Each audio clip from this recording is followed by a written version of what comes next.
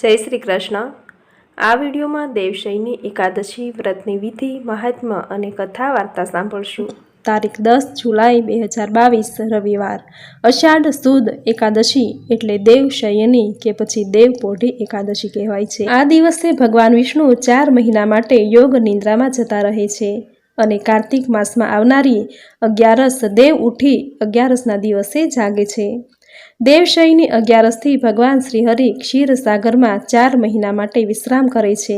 આ દિવસથી બધા શુભ કાર્યો જેવા કે લગ્ન વગેરે કરવામાં આવતા નથી। આ એકાદશીનું આપણા હિન્દુ ધર્મમાં ખૂબ મહત્વ છે। કહેવાય છે કે આ દિવસે જે વિધિપૂર્વક પૂજા વ્રત વગેરે કરે છે તેમના જાણતા અજાણતા થયેલા પાપો બળીને નષ્ટ થઈ જાય છે। આપણા પુરાણોમાં એકાદશીને હરિવાસર એટલે કે ભગવાન વિષ્ણુનો દિવસ કહ્યો છે। વિદ્વાનોએ એકાદશી વ્રતને યજ્ઞ અને વૈદિક કર્મકાંડથી પણ વધારે ફળ આપનારી કહી છે। આપણા ધર્મશાસ્ત્રમાં કહ્યું છે કે આ વ્રત કરવાથી મળતા પુણ્યથી પિતૃઓ સંતુષ્ટ થાય છે અને સ્કંદ પુરાણમાં પણ એકાદશી વ્રતનું મહત્વ કહ્યું છે કે આ વ્રત કરવાથી જાણીએ અજાણીએ થયેલા પાપ નષ્ટ થાય છે। વર્ષની 24 એકાદશી આવે છે। અધિક માસની 2 એકાદશી એમ કુલ મળીને 26 એકાદશી આવે છે। આ દરેક એકાદશીનું મહત્વ અતિ ઘણું છે, પરંતુ દેવશયની એકાદશીનું વ્રત અતિ પુણ્ય ફળ આપનારું છે, કારણ કે આપણી એક લોકવાયકા છે કે મોં માગ્યા મેં વર્ષે અને અષાઢ સુધરે તો આખું વર્ષ સુધરે। એવી જ રીતે એકાદશીનું આ વ્રત જે મનુષ્ય કરે છે તેનો ભવ પણ સુધરી જાય છે। જો દર મહિને એકાદશીનું વ્રત ન કરી શકાય તો અષાઢ મહિનામાં આવતી દેવપોઢી એકાદશીનું વ્રત દરેકે જરૂર કરવું જોઈએ। આપણા ધર્મશાસ્ત્રોમાં દરેક એકાદશીને અતિ પુણ્ય ફળ આપનારી કહી છે। સ્કંદ પુરાણમાં કહ્યું છે કે હરિવાસર એટલે કે એકાદશી અને બારસના ઉપવાસ વિના તપસ્યા, તીર્થયાત્રા કે કોઈ પણ પ્રકારના પુણ્ય આચરણથી મોક્ષ નથી થતો। પદ્મ પુરાણમાં કહ્યું છે કે વ્યક્તિ ઈચ્છાથી કે કોઈ પણ બીજા કારણોસર એકાદશીનું વ્રત કરે છે તેના બધા જ પાપ બળીને ભસ્મ થઈ જાય છે અને પરધામ વૈકુંઠ પ્રાપ્ત કરે છે। કાત્યાયન સ્મૃતિમાં કહ્યું છે કે 8 વર્ષની ઉંમરથી 80 વર્ષ સુધીના બધા જ સ્ત્રી પુરુષોએ કોઈ પણ મતભેદ વિના એકાદશીનો ઉપવાસ કરવો એ એમની ફરજ છે। આથી દરેકે એકાદશીનું પુણ્યશાળી આ વ્રત જરૂર કરવું જોઈએ। જો એકાદશીની વ્રત પૂજા કે ઉપવાસ ન કરી શકાય તો આ દિવસે શુદ્ધ અને પવિત્ર સાત્વિક આહાર લેવો, મન અને વાણીથી શુદ્ધ રહેવું, કોઈની નિંદા કરવી નહીં, કોઈને કટુ વચન બોલવા નહીં, કોઈનું અપમાન કરવું નહીં। આ રીતે શુદ્ધ વાણી અને પવિત્ર મનથી પણ એકાદશીનું આ વ્રત કરી શકાય છે। તો મિત્રો, આ હતું દેવપોઢી એકાદશીનું મહાત્મ્ય। હવે સાંભળશું દેવપોઢી એકાદશીની પૂજા વિધિ। દેવપોઢી એકાદશીની તિથિ 9 જુલાઈથી જ શરૂ થઈ જાય છે, જે 9 જુલાઈ સાંજે 4 વાગે 39 મિનિટે શરૂ થશે અને 11ની તિથિનું સમાપન 10 જુલાઈ 2 વાગીને 13 મિનિટે પૂર્ણ થશે। દેવપોઢી એકાદશીના પારણા 11 જુલાઈ સોમવારે સવારે 5 કલાક 31 મિનિટે કરવાના રહેશે। આ વર્ષની આ એકાદશી ખૂબ જ શુભ મંગલકારી છે, કારણ કે આ એકાદશીના દિવસે 3 શુભ મંગલ યોગ બની રહ્યા છે। આ 3 યોગનો સંયોગ ઉત્તમ પુણ્ય ફળ આપનારો યોગ છે। આથી એકાદશીનો આ દિવસ ખૂબ જ શુભ છે। એકાદશીનો દરેક દિવસ ભગવાન શ્રી હરિ વિષ્ણુને સમર્પિત હોય છે।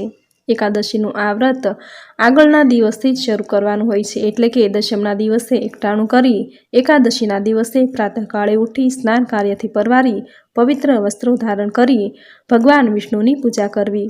ભગવાન વિષ્ણુની મૂર્તિ કે ફોટો જો એ ન હોય તો બાળકૃષ્ણની મૂર્તિ કે ફોટાની પૂજા કરવી। પ્રથમ ગંગાજળથી સ્નાન કરાવી, ચંદન, નાળા છડી, અબીલ, ગુલાલ, પીળા પુષ્પ, પીળી મીઠાઈ ધરાવી, ધૂપ દીપ કરી આરતી પૂજન કરવું। લક્ષ્મી સ્તોત્ર, ભાગવત પુરાણના પાઠ કરવા, ગાયને લીલો ઘાસચારો, પક્ષીને દાણાચણ, બ્રાહ્મણને દાન દક્ષિણા આપવી, જરૂરિયાતમંદને જરૂરી ચીજ વસ્તુ અર્પણ કરવી। સૂર્યાસ્ત સમયે તુલસી ક્યારે શુદ્ધ ઘીનો દીવો કરી તુલસી માતાની પૂજા કરવી। આમ એકાદશીનું વ્રત કરી દ્વાદશીના દિવસે નાહી ધોઈ મંદિરે જઈ બ્રાહ્મણોને કાચું સીધું અર્પણ કરવું, દાન દક્ષિણા આપવી। આ રીતે એકાદશીનું આ વ્રત પૂર્ણ કરવું। આ દિવસે વ્રતની કથા જરૂર સાંભળવી, જે સાંભળવાથી વ્રત કર્યા જેટલું જ પુણ્યફળ પ્રાપ્ત થાય છે। વૃદ્ધ, બીમાર, સગર્ભા સ્ત્રી કે કોઈ બાળકને જો આ વ્રત ઉપવાસ કરવો છે અને તે નથી કરી શકતા તો સાત્વિક ભોજન લઈ શાંત અને પવિત્ર મન રાખી આ વ્રત કરવું, વ્રતની કથા સાંભળવી, આખો દિવસ પ્રભુ સ્મરણ, કીર્તન વગેરે કરવું. આમ શુદ્ધ મનથી વ્રત કરવાથી વ્રત કર્યા જેટલું જ પુણ્યફળ પ્રાપ્ત થશે. તો મિત્રો, આ હતી દેવશયની એકાદશી વ્રતની વિધિ, મહાત્મ્ય અને હવે સાંભળશું વ્રતની કથા. બોલો ભગવાન શ્રી હરિ વિષ્ણુની જય.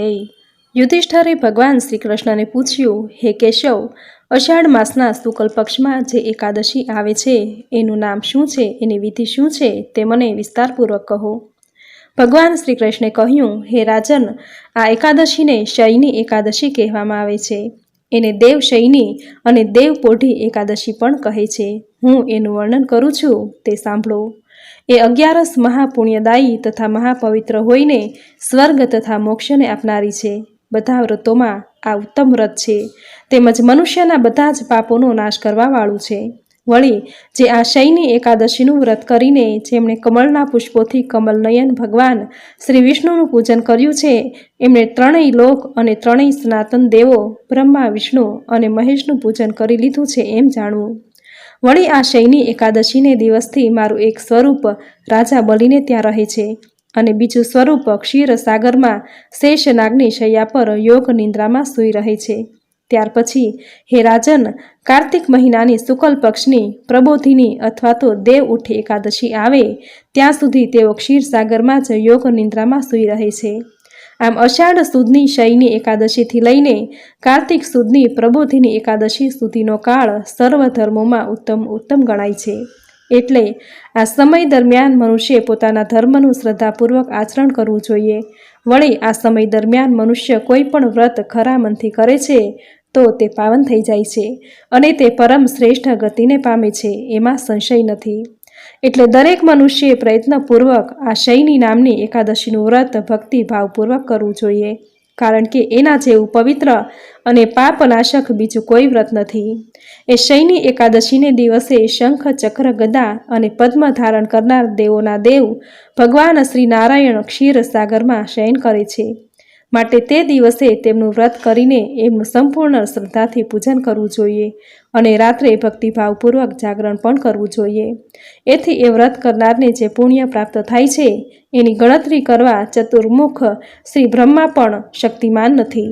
માટે હે રાજન, આ શયની એકાદશીનું ઉત્તમ વ્રત કરનારો ચંડાળ હોય તો પણ એ મને પ્રિય થાય છે, કારણ કે એ શયની એકાદશીનું વ્રત સર્વ પાપોને દૂર કરનાર તથા ભોગ અને મોક્ષને આપનાર છે, એમાં કોઈ પણ જાતનો સંશય નથી. વળી એ શયની અથવા દેવપોઢી એકાદશીથી લઈને કાર્તિક માસ સુધી પ્રબોધિની અથવા દેવ ઉઠી એકાદશીના ચાતુર્માસ દરમિયાન જે મનુષ્યો ભગવાન શ્રી વિષ્ણુ સમક્ષ ઘીનો દીવો કરી ખાખરાના પાનમાં એક વખત ભોજન કરીને વ્રત કરે છે તે મનુષ્ય મને પ્રિય છે.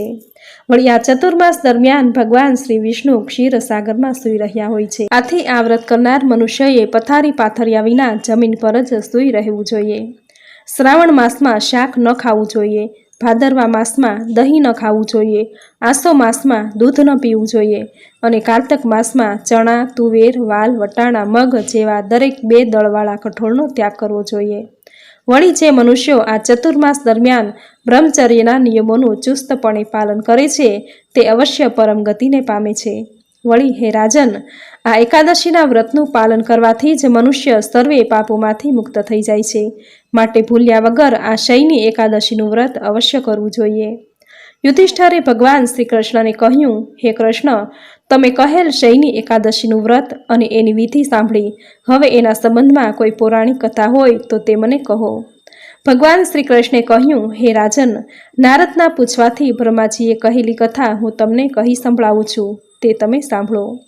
પૂર્વે સૂર્યવંશમાં માધાંતા નામનો એક પ્રતાપી અને સત્યવાદી રાજા રાજ્ય કરતો હતો. તે પ્રજાપ્રેમી હતો. વળી એ ધર્મ અનુસાર પોતાના પુત્રોની જેમ એ પ્રજાનું પાલન કરતો. પ્રજા બધી રીતે સુખી હતી. એના રાજ્યમાં કદી દુકાળ પડ્યો ન હતો. મોટી મોટી માનસિક પીડાઓ તેમજ અસાધ્ય શારીરિક રોગો પણ કોઈને થતા ન હતા. એની પ્રજા નિર્ભય, નિરોગી તથા ધન ધાન્યથી સમૃદ્ધ હતી. તેમજ એ રાજાના ખજાનામાં પણ આવેલું ધન સંપૂર્ણ ન્યાય વડે જ મેળવાયેલું હતું. વળી એ રાજ્યમાં બધાય વર્ણો તથા આશ્રમોના લોકો પોતપોતાના ધર્મમાં પ્રવૃત્તિ કરી રહ્યા હતા. વળી એ માધાંત રાજાના રાજ્યની ભૂમિ પણ કામધેનુની જેમ ફળ આપવાવાળી હતી, એટલે કે એ ભૂમિ પુષ્કળ ધાન્ય ઉત્પન્ન કરતી હતી. આમ સુખપૂર્વક અને આનંદમાં ઘણા વર્ષો વીતી ગયા. એક સમયે રાજાના પૂર્વજન્મના કોઈ પાપ કર્મને લીધે એના રાજ્યમાં 3 વર્ષ સુધી વરસાદ થયો નહીં. પરિણામે દુકાળ પડ્યો. અન્નના ભંડારો પણ ખાલી થઈ ગયા. તેથી પ્રજા હવે ભૂખથી પીડાઈને દુઃખી થઈ રહી હતી. યજ્ઞો અને વેદોના અધ્યયનો પણ બંધ થઈ ગયા હતા.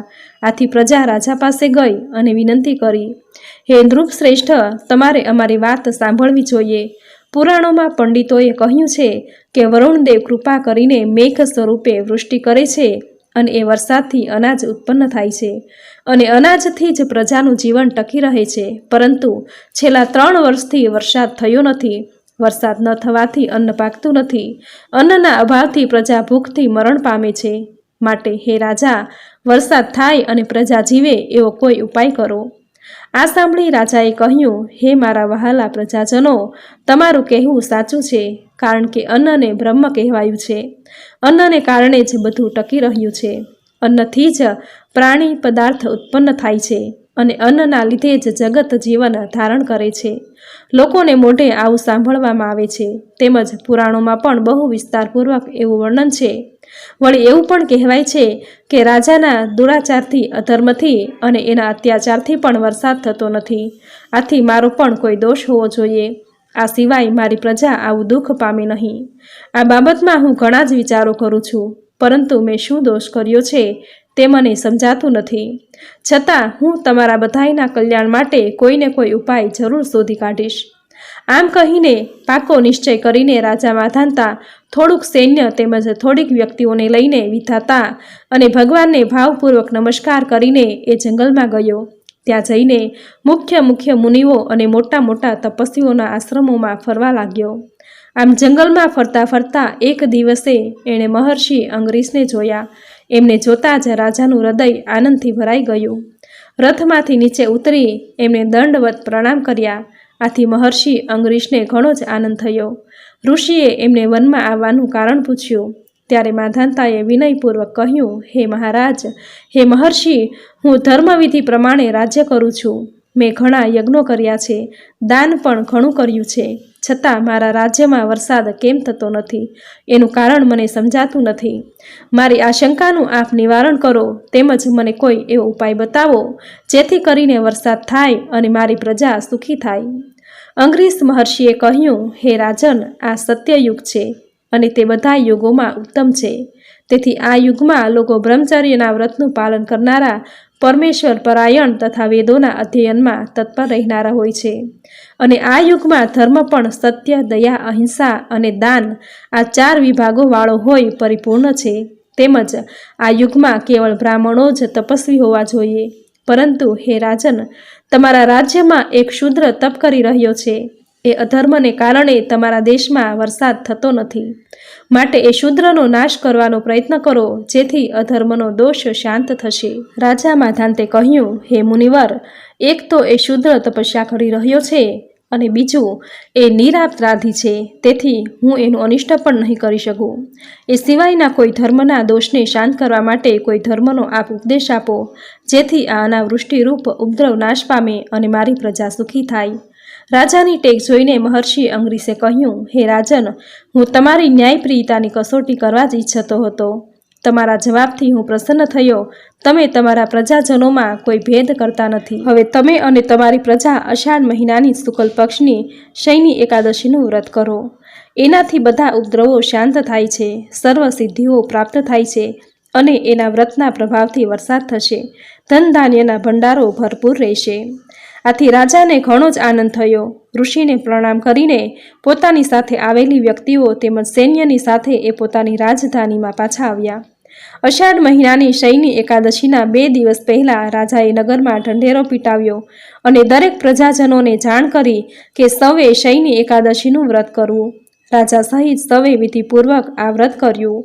ભગવાન વિષ્ણુની પૂજા કરી, ઉપવાસ કર્યા અને એ રાત્રે ધૂન, ભજન, કીર્તન સહિત જાગરણ પણ કર્યું.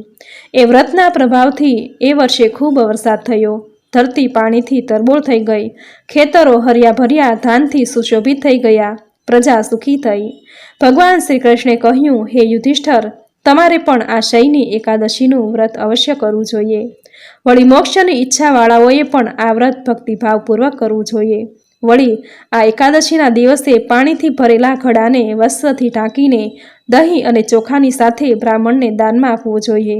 સાથે છત્રી અને પગરખા પણ આપવા જોઈએ. દાન આપતી વખતે આ મંત્રનું ઉચ્ચારણ કરવું કે હે બુદ્ધ શ્રવણ નામ ધારણ કરવાવાળા ભગવાન ગોવિંદ, આપને નમસ્કાર હો, નમસ્કાર હો. મારા સઘળા પાપોનો નાશ કરીને આપ મને સર્વ પ્રકારના સુખ આપો. તમે ભક્તજનોને ભોગ અને મોક્ષ આપવાવાળા તેમજ સુખદાયક છો. હે રાજન, જે મનુષ્ય આ શયની એકાદશીની શ્રેષ્ઠ કથાને પાપો દૂર કરનારી સમજી પોતે સાંભળે છે તેમજ બીજાને સંભળાવે છે, તે મનુષ્ય પણ અશ્વમેઘ યજ્ઞ કર્યાનું પુણ્ય ફળ મેળવે છે. અષાઢ માસના શુક્લ પક્ષની દેવપોઢી એકાદશી વ્રત કથા સંપૂર્ણમ. બોલો ભગવાન શ્રી હરિ વિષ્ણુની જય. તો મિત્રો, આ હતી દેવપોઢી એકાદશી વ્રતની વિધિ, મહાત્મ્ય અને કથા. સ્કંદ પુરાણમાં કહ્યું છે કે એકાદશીના દિવસે લક્ષ્મીનારાયણનું પવિત્ર ભાવથી પૂજન કરવું. ભૂખ્યાને ભોજન, તરસ્યાને જળ, ગાયને લીલો ઘાસચારો, કૂતરાને રોટલી, પક્ષીને દાણા ચણ, બ્રાહ્મણોને દાન દક્ષિણા, જરૂરિયાતમંદને જરૂરી ચીજ વસ્તુ આપવી, ઘરે આવેલા અતિથિને પ્રેમથી આવકાર આપવો. આ દિવસે મન અને વાણીથી સંયમમાં રહેવું. કોઈને કટુ વચન બોલવા નહીં, કોઈની નિંદા કરવી નહીં, ઈર્ષ્યા, ક્રોધ આદિનો આ દિવસે ત્યાગ કરવો. આમ શુદ્ધ ભાવનાથી એકાદશીનું વ્રત કરવાથી મનુષ્યને યશ, કીર્તિ, ધન, ઐશ્વર્ય, લક્ષ્મી, સંપત્તિ અને સંતતિ પ્રાપ્ત થાય છે. જો એકાદશીનું વ્રત ન થઈ શકે તો વ્રતની કથા જરૂર સાંભળવી. જે સાંભળવા માત્રથી જ વ્રત કર્યા જેટલું જ પુણ્યફળ પ્રાપ્ત થશે. તો મિત્રો, ખૂબ જ સુંદર દેવપોઢી એકાદશી વ્રતની વિધિ, મહાત્મ્ય અને આ કથા સાંભળવી તમને જરૂર ગમી હશે. તો વિડીયોને લાઇક કરી કોમેન્ટમાં જય શ્રી હરિવિષ્ણુ, જય મા લક્ષ્મી જરૂર લખજો. ચેનલ સબસ્ક્રાઈબ કરી બાજુમાં બેલ આઇકોન જરૂર પ્રેસ કરજો. આવી જ નવી ધાર્મિક માહિતી, નવા ધાર્મિક વિડીયો, નવી ધાર્મિક કથા સાથે ફરી મળીશું. ત્યાં સુધી આપ સૌને મારા જય શ્રી કૃષ્ણ.